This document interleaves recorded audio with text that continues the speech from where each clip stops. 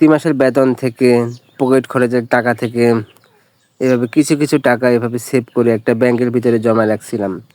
Plan ছিল যে একটা iPhone কিনবো। আমার খুব ইচ্ছা ছিল iPhone 11 অথবা 13 সিরিজের একটা ফোনগুলো নিবো। যেকোনো একটা সমস্যার কারণে ব্যাংকটা আমাকে ভেঙে ফেলতে হচ্ছে। আজকে তো বউরে বললাম যে, বউ ব্যাংকটা ভাঙতেছে। আর আমার ছেলে দুষ্টামি করে টাকাগুলো বের করতেছে। তো আমার ছেলে খুবই মজা পাচ্ছে যে, বাবা অনেক টাকা জমছে ব্যাংকের ভিতরে। ও আবার অনেক মজা পাচ্ছে।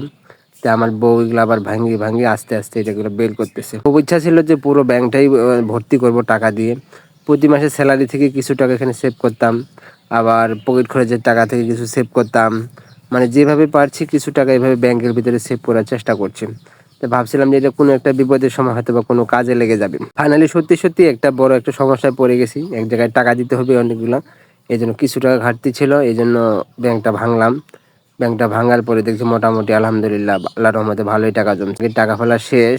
মোটামুটি দেখতেছি আমার ছেলেও গুনতেছে। ২ জনে মিলে এই যে ভাবলাম দেখি এখন গুনে দেখি কতগুলো টাকা হইছে। গোনা শেষ। এখন দেখি মোটামুটি আলহামদুলিল্লাহ সবগুলো গুনে দেখলাম মোটামুটি ৭০,০০০ টাকার মতো এখানে জমা হইছে। তো আলহামদুলিল্লাহ এইভাবে চাইলে আপনারাও কিন্তু টাকা প্রতিদিনের বেতন থেকে, প্রতিদিনের পকেট খরচ থেকে বা স্যালারি থেকে কিছু টাকা কিন্তু এভাবে জমা করে রাখতে, এটা বিপদের সময় কাজে লাগে।